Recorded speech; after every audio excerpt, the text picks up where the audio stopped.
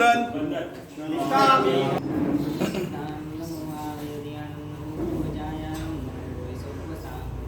एषु पंचानं कारो सर्वपापपणासनो मंगलानं च सर्वेसिं परमं हवै मंगलं भगवान् वीरो मंगलं गौतम प्रभु मंगलं सूर्यभद्राद्य जैन धर्मोस्तु मंगलम् नमो मंगलमुक्तितम् ऐसा संयमो तवो देवावीतं नं सन्ति यस्तं निशयाम विश्वभव्यजनाराम तुल्यतुल्य जयन्तिदा देशना समये वाच श्री संभव जगत्पते कमते धर्मेन्द्रे च शोचितं कर्म कुर्वति प्रभुस्तुल्य मनोवृत्ति पार्श्वनाथ श्रीस्तुव पन्नवे च सुरेन्द्रे च कौशिके पादसंस्पृशि निर्विशेष मनस्काय श्रीवीरस्वामिने नमः अज्ञानतिमिरान्धनं ज्ञानजनशलाकया नेत्रं मीलितं येन तस्मै श्रीगुरवे नमः।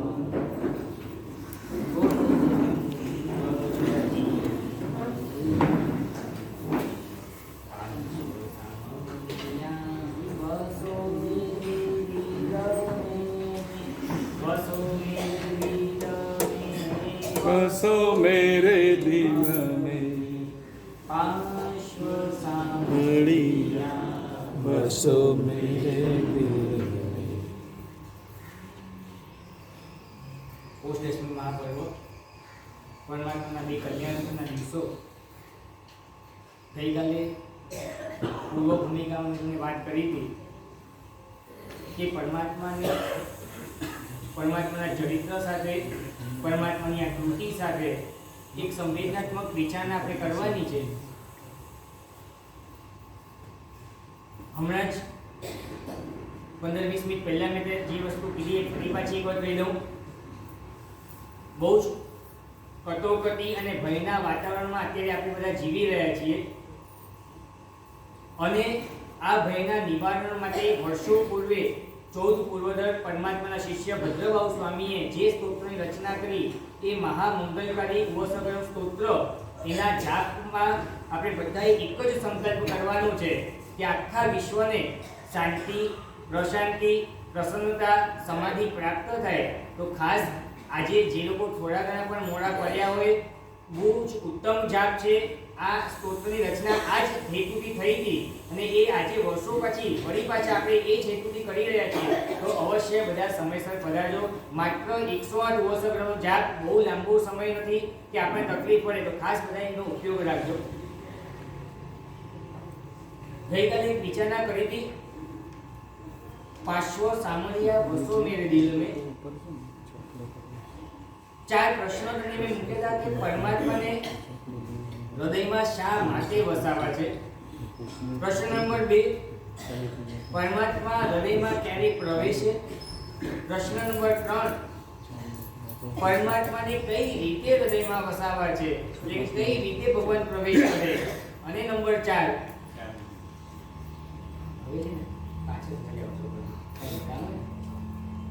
પ્રવેશ ના કરે। અને પ્રશ્ન નંબર 4, પરમાત્મા હૃદયમાં ક્યારે ન પ્રવેશે। અને ચારેય પ્રશ્નના જવાબ ગઈકાલે મેં આપ્યા હતા।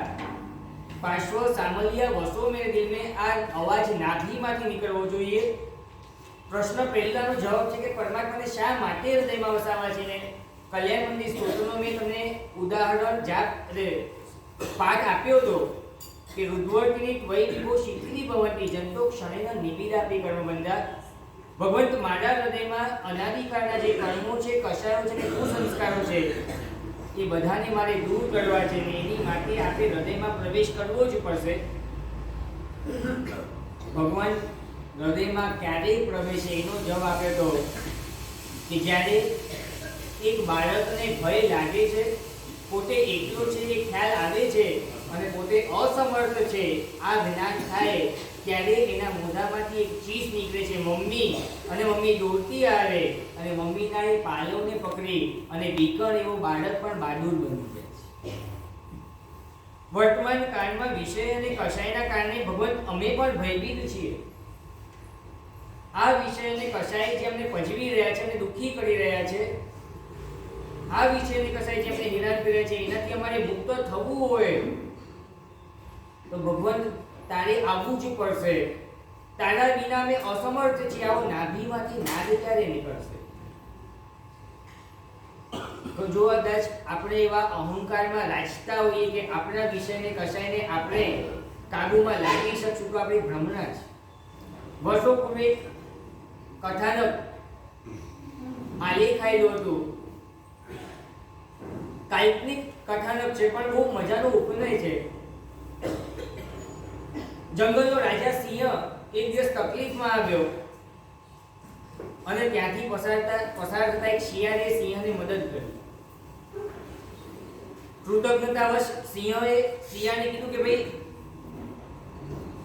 મારા લાયક કોઈ કાર્ય હોય તો કે હું તને આ ઉપકારનો બદલો કઈ રીતના વાળી શકું. શિયાળે માંગણી કરી કે રાજન બીજું કશું નહીં પણ આપ સવારે સવારી માટે નીકળો આખા જંગલમાં જઈને ત્યારે મને સાથે રાખજો. સિંહ નીકળે છે, શિયાળ સાથે જાય છે. રસ્તામાં વાઘ આવે એટલે આ રૂઆબ છાંટે શિયાળીઓ છે. શિયાળીઓ પણ બાજુમાં સિંહ એટલે રૂઆબ એ વાઘ બાજુ પર ખબર નથી કોની સવારી આવે છે. વાઘને ગમ્યું નહીં પણ બાજુમાં ખસી ગયો પણ દાઢમાં રાખ્યું તો કે મોકો આવે હું જ દેખાડીશ. થોડા આગળ ગયા, ચિત્તો આવ્યો. ચિત્તાને એ જ રૂઆબ ભાઈ બાજુ ખસ ખબર નથી કોની સવારી આવે છે. હાથી આવે, જે આવે બધાને આ રીતના જ પોતે રૂઆબ છાંટીને કે ભાઈ બાજુ ખસો. અને રોજનો આ ક્રમ ચાલે. સવારના પોરમાં સિંહ અને શિયાળ બે જણા નીકળે. મહિનાઓ પસાર થાય છે. એક દિવસ સિંહને જે થોડી અનુકૂળતા હતી, તબિયત સારી નથી એટલે કે ભાઈ આજે મારી અનુકૂળતા નથી તો કે રાજન અગર આપ રજા આપતા હો તો હું નિત્ય પ્રભાત ફેરનો જે ક્રમ છે સાચવી લઉં. તો કે હા ભલે તારી ઈચ્છા. અને શિયાળ નીકળ્યો છે ને એ જ રીતના રસ્તામાં વાઘ મળ્યો ને વર્ષોથી મોકો જોતો હતો આ વાઘ એને આજે લાગ મળી ગયો. અને આ બીજા શિયાળીઓ એને થોડા દિવસમાં અહંકાર આવ્યો કે આઈ એમ સમથિંગ, હવે આપણે પણ કંઈક છીએ. અને એ જ રીતના રૂઆબ છે એ વાઘ બાજુ પર ખબર નથી પડતી કોની સવારી હતી. ભાઈ કોની સવારી? જેની સવારી હતી તો ગેરહાજર છે. પાછળ શું થયું મારે કેવું નથી તમને, પણ ઘણી વખત એવું થાય કે પરમાત્મા તારી કૃપા વિના અગર જો હું આવા અહંકારમાં લાગ્યો તો મારી દશા શિયાળિયા જેવી જ થવાની. પરમાત્મા તારી કૃપા વિના આ વિષયને કશાયને હું નાથી શકું એને હરાવી શકું એ શક્ય જ નથી. કુમારપાળ 32 અને એમાં કુમારપાળ મહારાજે પરમાત્માની સ્તુતિ કરતા બહુ મજાના શબ્દો વાપર્યા છે. અશબ્દ તુમ પ્રત્યે અને તુજે દાસ અને નિષ્ઠુરપણે આ વિષયને કશાય તને હરાવવા માટે આવેલા પણ હારીને પાછા જતા રહ્યા. એ તને જીતી ન શક્યા અને એનો જે ગુસ્સો હતો ને એ તારા દાસ ઉપર આ વિષયને કશાય ઉતારી રહ્યા છે. અશબ્દ તુમ પ્રત્યે હરે તુજે દાસ અને નિષ્ઠુરપણે એ શત્રુઓને જીતું એવું આત્મબળ આપો મને. પરમાત્મા તારી કૃપા વિના તું જો હૃદયમાં નહીં પ્રવેશે ને તો આ વિષયને કશાયને હું હરાવી શકું ને એ કોઈ તાકાત જ નથી. એક સરસ મજાની વાનગી આવે અને આપણા મન એના રાજદ્વેષમાં ચોંટી જ જાય. સચિવ જો આ બહેનોને એક પ્રશ્ન પૂછું, તમે રોજ રસોઈ બનાવતા હોય, એક દિવસ તમને એવો વિચાર આવે કે ના કે આજે રસોઈમાં ક્યાંક મરી મસાલા ઓછા નાખવા છે, ક્યાંક શીરામાં સાકર ઓછી નાખવી છે, અને અગર જો તમે આવું કરો તો તમારી શું દશા થાય? ઘરની દરેક વ્યક્તિ તમને યાદ કરાવે કે ન કરાવે કે આજે શીરામાં સાકર રહી ગઈ હતી કે શીરાની ધૂળી થઈ ગઈ છે? એક દિવસ જો આપણને આ વિષયને કશાય કેવા ભજવી રહ્યા છે તમે વિચાર તો કરો. સજો એક અભિગમ આપું, ક્યાંય પણ ખરીદી કરવા જાવ ને આંખ મીચીને ખરીદી કરવાની, પસંદગી નહીં કરવાની, નો ઓપ્શન. એને કહ્યું કે તમારા ત્યાં જે પણ સારામાં સારી વસ્તુ હોય મારા બજેટમાં આવતું હોય એ મને પેક કરીને આપી દો, મારે ચેક નથી કરવું. ફ્રૂટની લારી ઉપર ગયા અને કહેવાનું કે તારી પાસે જે સારામાં સારી વસ્તુ એ આપી દે, મારે ચેક નથી કરવું. થઈ શકે? અને મેં તમને પહેલા પણ કીધું કે પસંદગીની મૂંઝવણમાં હંમેશા મૂંઝવણની જ પસંદગી થાય, છેવટે કંઈ હાથમાં આવતું નથી. પણ આ વિષયને કશાય કેવા પજવી રહ્યા છે તમારી વાત જો મારી વાત કરો તો મને પણ એવું થાય ગોચરીમાં થોડુંક વાડી ફેરી આવે ને એ તરત ખબર પડી જાય કે આજે ભાત થોડા કાચા છે, રોટલી થોડી કાચી છે, આજે શાકમાં મીઠું મરચું વધારે થાય. કદાચ અમે લોકો ફરિયાદ ન કરીએ કેમ કે ભગવાનના આ શાસનને પામીને શરીરને મનને એટલા કેવડાવી દીધું છે કે જે આવીને એક્સેપ્ટ કરી લઈએ, પણ એની નોંધ લેવાઈ જાય એવી અવસ્થા ક્યારે આવે કે આપણે નોંધ પણ ન લેવાય. અમારા ગુરુદેવને મેં આ જોયા છે કે ગુરુદેવ ગોચરી વાપરી લે ને પછી એમની ગોચરી જે વાપરતા હોય ને અને અમે કહીએ ગુરુદેવ આજે આ ગોચરીમાં તકલીફ રહે કે ખબર જ ન પડી. એવું તો કેટલી વખત થયું છે કે ભગવંતને દૂધપાક બંધ અમારા ગુરુદેવ વાપરે નહીં તો અમારા ગુરુદેવે આજે સાહેબ ઘડી કઢી આવી છે ને ઘડી કઢી એ ભાતમાં કે ખીચડીમાં નાખીને વપરાવી દે ને તેમને એ પણ ન ખબર પડે કે આ દૂધપાક હતો કે ઘડી કઢી હતી. આપણને ખબર પડે કે ના પડે?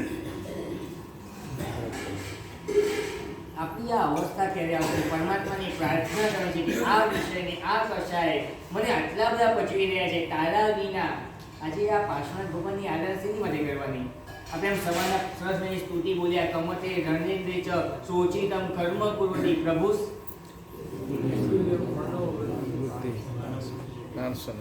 અને માની લો કે અત્યારે અહીંયાથી ઊભા થઈને જરાક ધક્કા મૂકી થાય ને આપણે ધક્કો વાગી જાય એ તુલ્ય મનોવૃત્તિ રે ખરી? ભગવાન અહીંયા દાદા અહીંયા જ બેઠા છે ને આપણે એની બહાર નીકળી છે જરાક કોઈનો ધક્કો લાગી જાય પ્રભુ તુલ્ય શું થાય? મનોવૃત્તિ. એ ખભાને જેટલો ધક્કો લાગે એના કરતાં વધારે અંદરમાં ધક્કો લાગે ઈગોને. શરીરના ધક્કાની તો બહુ ચિંતા નથી હોતી, એને બહુ પીડા નથી, પણ ઈગોને જે ધક્કો લાગે છે ને ભાઈ જરા સાચવીને શેની ઉતાવળ છે? જો તમે આગળ જતો જાઓ એ આગળ મોકલે ને એ રીત પણ જોવા જેવી હોય કઈ રીતના આગળ મોકલે. તેમ બે હાથ જોઈ કે પુણ્યશાળી વિચ્છામી તમારી ભૂલ થઈ તમે આગળ પધારો.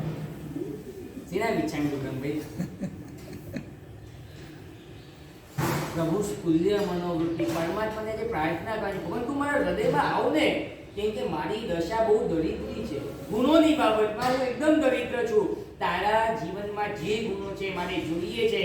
આ આખા અનુષ્ઠાનના છેલ્લા અંતમાં જો આ આરાધના કરતા કરતા આ આરાધક ભાવ નહીં સ્પર્શે તો મેં ગઈકાલે પણ તમને કીધું હતું કે તમારો ને મારો આત્મા આરાધના કરીને 9 ગ્રેડ સુધી જઈ આવ્યો છે પણ વળી પાછો આ સંસારમાં ભમતો રહ્યો, મોક્ષમાં ન ગયો. એનું એકમાત્ર કારણ છે આરાધક ભાવની સ્પર્શના નથી. આરાધના તમે ને મેં ભૂતકાળમાં નથી કરી એવું નથી, ઘણી વખત કરી છે. કદાચ તમારા ને મારા આત્માએ સુવિશુદ્ધ સંયમ જીવનની પાલના પણ કરી છે. એમને નવગ્રીવેક નથી મળતું, પણ આ બધું કર્યા પછી પણ જે આરાધક ભાવની સ્પર્શના થવી જોઈએ, જે આત્માના સ્વભાવની સ્પર્શના થવી જોઈએ, જે સદ્ગુણોની સ્પર્શના થવી જોઈએ એ જ નથી. ત્રીજા નંબરમાં ભગવાન કઈ રીતના પ્રવેશ કરે ને એની માટે મેં તમને સમજાવ્યું હતું. તપનું માધ્યમ છે, જપનું માધ્યમ છે, પરમાત્મા ભક્તિનું માધ્યમ છે, પરમાત્માની આજ્ઞાના પાલનનું માધ્યમ છે. આ બધા માધ્યમો દ્વારા પરમાત્માને હૃદયમાં પ્રવેશ કરવાની આ પ્રક્રિયા છે. હજી પણ જેમણે નૌકાસી નથી કરી, પચકારી નથી ન જ કરી ને, અને અહીંયાથી ઊભા થતા વખતે જો ભાવ જાગી જાય કે 36 લાખ અબજ દિવસ 36 લાખ અબજ દિવસ નરકની રૌરવ વેદના સહન જો ન કરવી હોય તો ખાલી એક અઠ્ઠામનું પચકાન લઈ લો. આ 3 દિવસના પચકાની તાકાત એવી છે કે 36 લાખ અબજ દિવસ નરકની ઘોર ભયંકર રૌરવ વેદનાથી તમને બચાવી શકે. ફરી પાછું કહું, બોધથી તો કદાચ આ સ્તવન ઘણી વખત આપણે બોલી ગયા, પાર્શ્વ સામર્યા વસો મેરે દેને, પણ પરમાત્માને હૃદયમાં વસાવવા માટેની એક પણ પ્રક્રિયા આપણે ક્યાં કરીએ છીએ? તો એવો કયો આરાધક ભાવ સાહેબ આવે? સવારના ભોરમાં તમે જાગો અને સૌથી પહેલા તમને શું વિચાર આવે? આમ નવકાર મંત્ર સ્મરણ કરો, અને નવકાર મંત્ર સ્મરણ કર્યા પછી શું કરો? પ્રભુજીના વંદન દર્શન. પછી નિત્ય ક્રમમાં જોડાય. નિત્ય ક્રમમાં જોડાયા. હવે મારો પ્રશ્ન એ છે કે નિત્ય ક્રમમાં જોડાયા પછી વળી પાછું પરમાત્માનું સ્મરણ ક્યારે કરો? એટલે વહેલા ઉઠતાની સાથે પરમાત્મા યાદ આવે, છેલ્લે સૂતા વખતે પરમાત્માને યાદ કરીએ. આખા દિવસમાં પરમાત્માની આવશ્યકતા આપણને, હમણાં 2 દિવસ પહેલા મેં કીધું હતું ને સ્નાત્ર મહોત્સવમાં કે પાણીની જરૂરત તો ભેંસને પણ પડે ને માછલીને પણ પડે. પણ ભેંસને જ્યારે ગરમી લાગે ને ત્યારે જ પાણીમાં પ્રવેશે, માછલી 24 કલાક પાણીમાં. આપણને પરમાત્માની આવશ્યકતા ક્યાં છે? પરમાત્મા એ પાણીના સ્થાને છે, આપણે ભેંસના સ્થાને કે માછલીના સ્થાને? તકલીફ પડે અને પરમાત્મા યાદ આવે એ તો ભેંસ પણ કરે છે ભાઈ. તકલીફ પડે, ગરમી લાગે અને પાણીમાં જવાનું હોય કે પાણી વિના જીવી જ ન શકાય.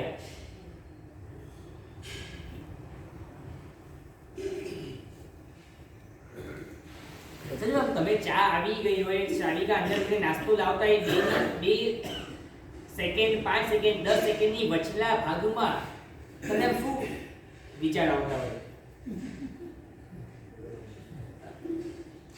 તમે નવરા બેઠા છો, કોઈ પ્રક્રિયા કરતા નથી, ચા આવી ગઈ છે ને નાસ્તો આવે છે, બે વચ્ચેની 10 સેકન્ડ છે, શું કરો? એક ગડાક જાય ને બીજો ગડાક આવે, બેની વચ્ચે હું તમને એ દેખાડવા માંગુ છું. તમે પૂછો છો ને કે સાહેબ આરાધક ભાવ માટે શું કરીએ? તમને પરમાત્મા વિના ચેન જ ન પડે ને, આ આરાધક ભાવ છે. એ ચા આવીને નાસ્તો આવે, બે વચ્ચે કદાચ આંગળી આમ ઉપર ફરી જાય ને 2-4 WhatsApp ચેક થઈ જાય, બાજુમાં પહેલું છાપું એના 2-4 હેડલાઇન્સ વંચાઈ જાય, આખા ગામની ચિંતા થાય પણ પોતાના આત્માની ચિંતા જ ન થાય. ઘણા શ્રાવકોને અભિગ્રહ આપી ચૂકે છું. આજે તમને બધાને અભિગ્રહ આપું. બપોર સુધી, સવારથી લઈને બપોર સુધી આખા ગામની ચિંતા કરવાની નહીં. બપોર પછી તમારે જે કરવું હોય તે છૂટ. સમજ્યા કે ન સમજ્યા? સમજ્યા કે ન સમજ્યા? શું સમજ્યા? સવારના ઉઠતાની સાથે બપોરના મધ્યાહન સુધીમાં ન તો સોશિયલ મીડિયા જોઈએ, ન તો ટીવી ઉપર સમાચાર જોઈએ, કે ન તો વર્તમાન પત્ર છાપા જોઈએ. આ બધું જે છે, આ બધું બપોર પછી તમે સંસારમાં બેઠા છો. બાકી તો ન કરો તો બહુ સારું, તો કદાચ કરવું જ પડે તો બપોર પછી કરવું. સવારના જેટલો સમય તમને ફ્રી મળે એમાં પરમાત્માના સ્મરણ સિવાય અથવા તો તમારા ઘરમાં કોઈ ગ્રંથો રાખો કે જે તમારા વેદાંત ભાવની વૃદ્ધિ કરે. તમારા રાગદ્વેષને વધારે એવું સાહિત્ય તમારા ત્યાં સવારના પોળમાં આડી જાય અને તમે એને ખોલી જ લો.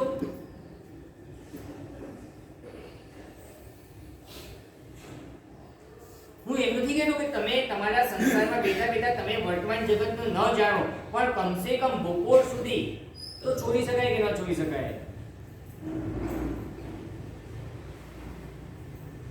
ત્રીજા નંબરમાં તપ જપ, પરમાત્મા ભક્તિ દ્વારા પરમાત્માને હૃદયમાં વાસ કરાવો છે. અને ચોથા નંબરમાં પરમાત્મા ક્યારેય હૃદયમાં ન પ્રવેશે. ને ગઈકાલે મેં તમને સમજાવ્યું, સતત ને સતત આપણે ભટક્યા કરીએ છીએ, આપણે અટકતા નથી. અને ચાલતી ગાડીમાં જો ચડી ન શકાય તો આપણી ગાડી જો ફળિયા જ કરતી હોય તો પરમાત્મા વિચારમાં પ્રવેશ કઈ રીતના કરશે? પ્રીતિ અનંતી પડો થકી જે જોડે તેહ જોડે. પરમાત્મા સાથેનું અનુસંધાન નથી જોડાતો. આપણો પ્રશ્ન છે, ભગવાન એ નથી જોડાતું.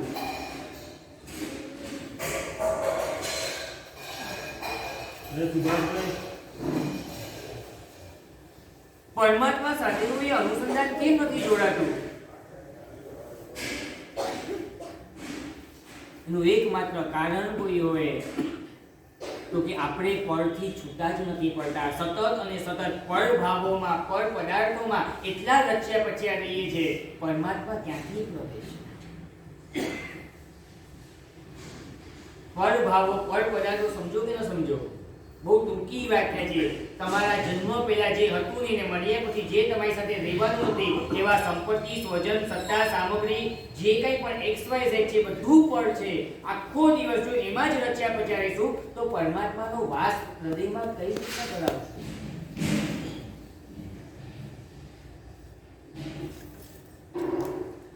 પરમાત્મા સાથે જો જોડાવવું છે તો એનો એકમાત્ર રસ્તો છે કે વચ્ચે પર પદાર્થોને પર ભાવોથી છૂટા કરો. જ્યાં સુધી આ વિષય અને કષાયની પ્રવૃત્તિ ચાલુ રહેશે ત્યાં સુધી પરમાત્મા સાથે કોઈ જ અનુસંધાન નહીં જોડાઈ શકાય. આરાધના કરવી છે તો આસક્તિઓને છોડવી જ પડશે. યોગ સાધના કરવી છે તો ભોગની પ્રવૃત્તિ છોડવી જ પડશે. સાધના કરવી હોય તો સાધનોથી દૂર થવું જ પડશે. અને અગર જો આપણને સંસારથી દૂર નથી થવું તો સાધના અને સંયમની વાતો આપણી માટે અકિંચિત કરશે. એનો કોઈ જ અર્થ નથી. અને હું એમ માનું છું કે આપણે કદાચ આસ્તિક છીએ ને, આપણને પરલોકની ચિંતા ખરી ને, તો તમને પૂછું છું કે આ વિષય આસક્તિ, આ કષાયની ઉત્પત્તિ આપણને પરલોકમાં લાભકારી કે નુકસાનકારી? ખણમિત્ત સુખાવો કાલ દુઃખા, અનંતકાળ દુઃખ આપનારી આ વિષયની આસક્તિ એને છોડવી છે કે નથી છોડવી? આ સંસારના આ પદાર્થોના આ સ્વજનોના મમત્વ તમને પરલોકમાં સુખી કરશે કે દુઃખી કરશે?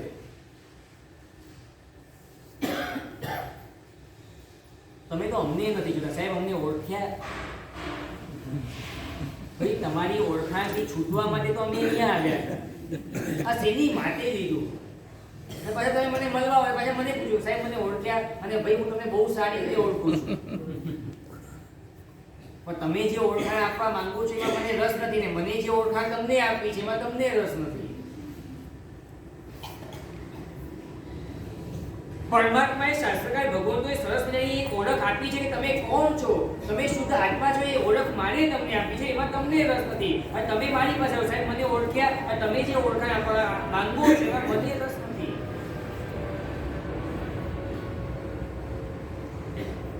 આ મહત્વ આ એક નાનકડા કુંડાળામાંથી આપણે બહાર આવશું. શ્રાવક એને જ કહેવાય, ભાવ શ્રાવક એને જ કહેવાય કે જેને પોતાના પરલોકની ચિંતા હોય કે પરલોકમાં મારું થશે શું? આ ભાવ મીઠા તો પરભવ કોણે લીધા? આ તો નાસ્તિકની માન્યતા છે. આપણે સમ્યક દર્શનને જો સ્પર્શ્યા હોઈએ, આપણને પરમાત્માના તત્વજ્ઞાનની થોડી પણ સ્પર્શ ના થઈ હોય તો આપણે સતત ભયમાં ને ચિંતામાં હોવા જોઈએ કે મારું પરલોકમાં થશે. ભગવાનના 10 ભાવનું ચરિત્ર તમે બધાએ અનેક વખત સાંભળ્યું છે કે નથી સાંભળ્યું? અરવિંદ રાજાને ધારીની રાણીને રાજાના રાજપુરોહિત, એ રાજપુરોહિતના 2 દીકરા મરુભૂતિ ને કમત. મરુભૂતિ સહજ વૈરાગી આત્મા છે, સરળ આત્મા છે, જેને સાધના ગમે છે, અને એનાથી બરાબર વિપરીત કમત જે છે એ ભોગ વિલાસી જીવ છે.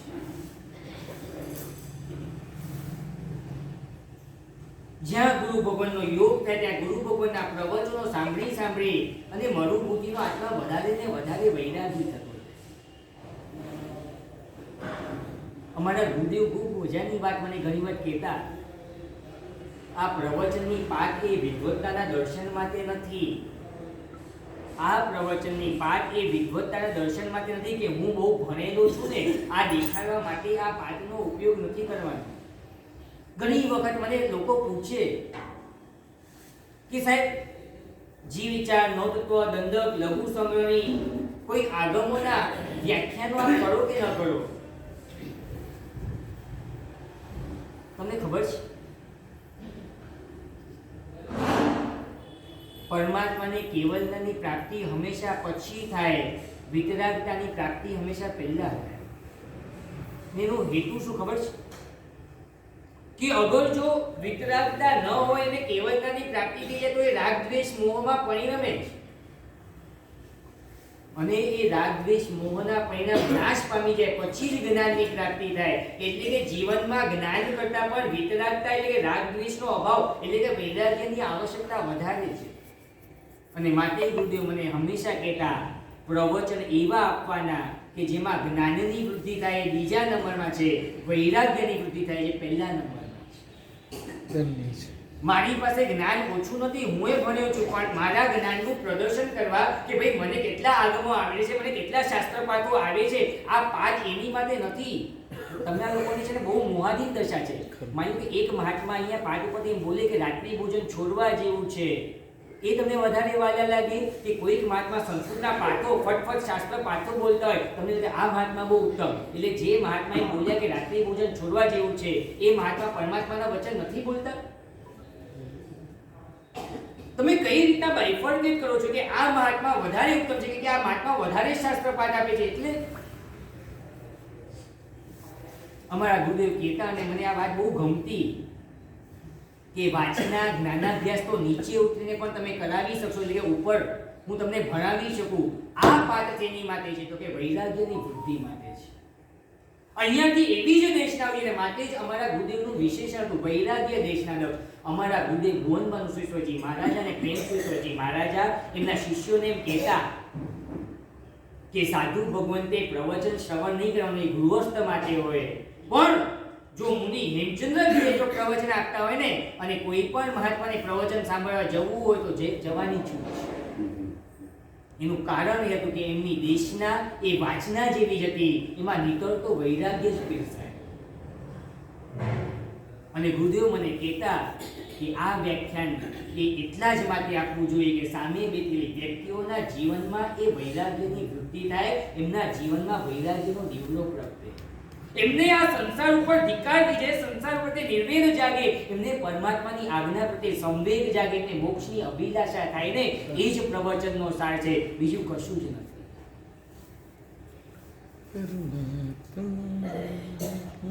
ફરી પાછું પૂછું છું, આ વિષયો આપણને ભયંકર લાગે છે?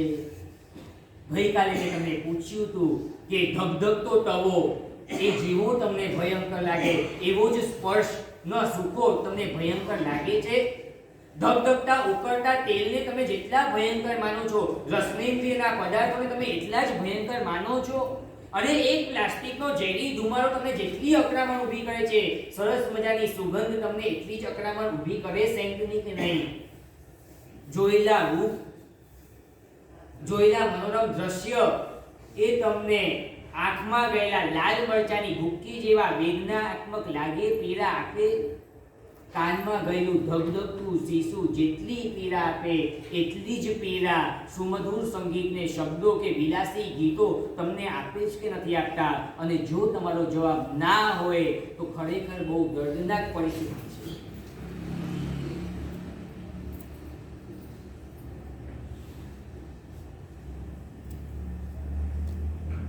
અગર જો આ વિષયો પ્રત્યે વૈરાગ્ય નહીં જાગે તો આપણા માટે દુર્ગતિ જ છે. પરમાત્માના ગુરુ ભગવાનના આ વચનો સાંભળીને મરુભૂતિનો જીવ જે છે એ વિષયોથી વિરક્ત થઈ ગયો, પણ એની પત્ની જે છે એ હજી આસક્ત છે, વસુંધરા.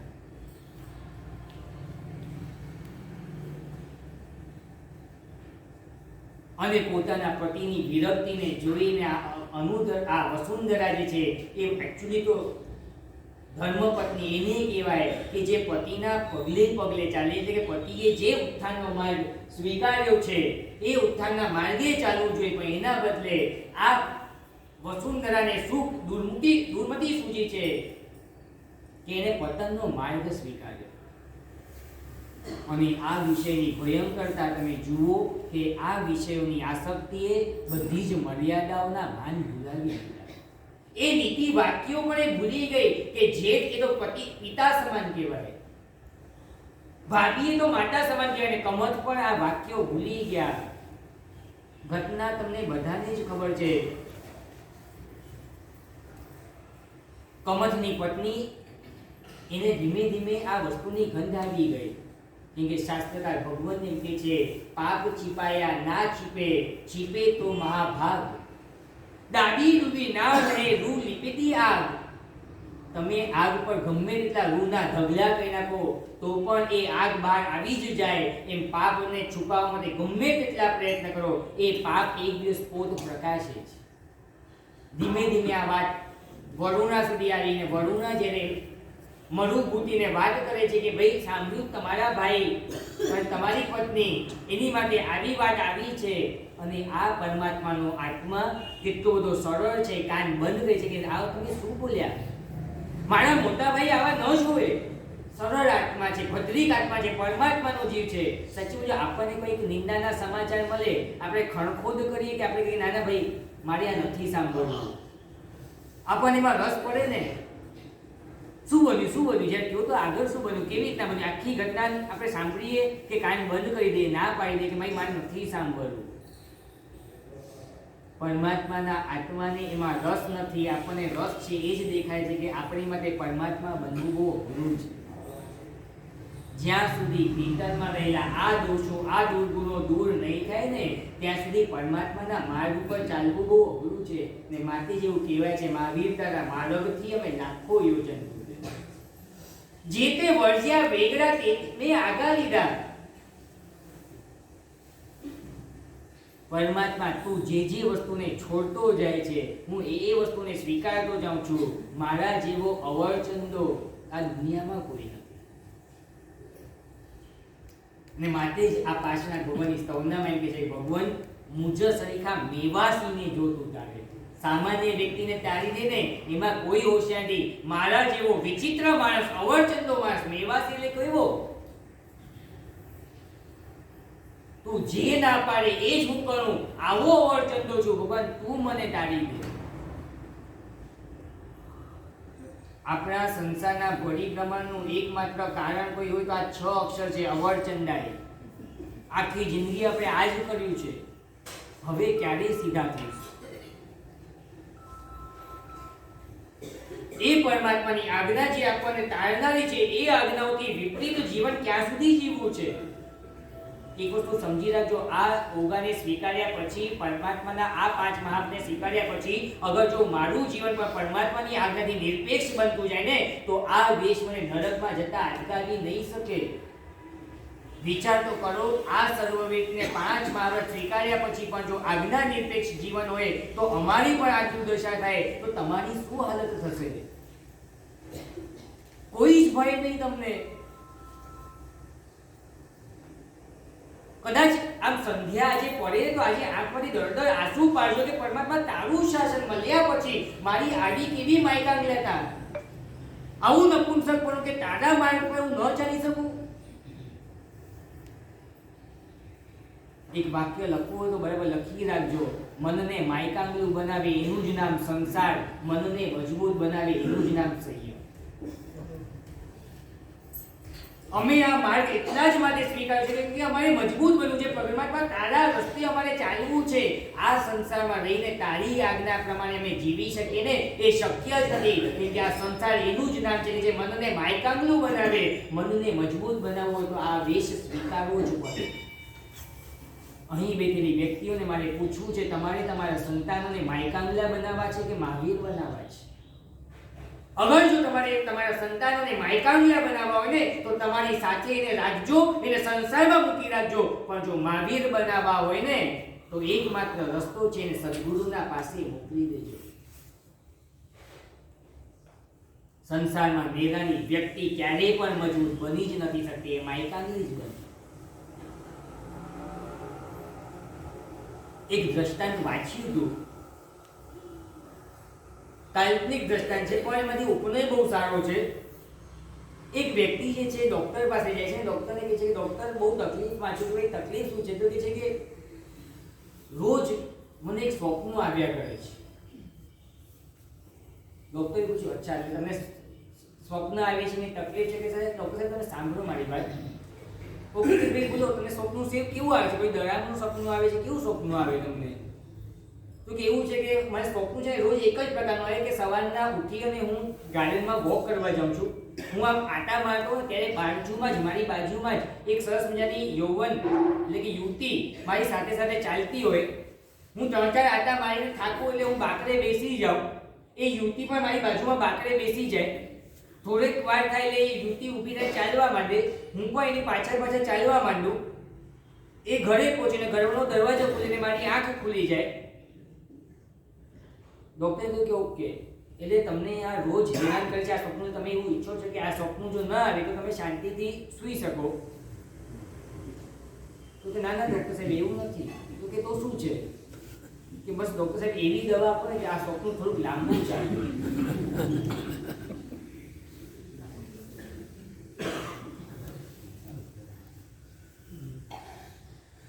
હવે તમને આ દ્રષ્ટાંત એટલા માટે કહ્યું છે કે આ સંસારની માનસિકતા છે.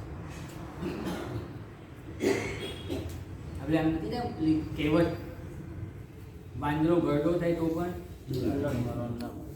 એમ 40, 50, 60 ને 70 વર્ષ પછી પણ હજી આ વિષય આસક્તિ ન છૂટે.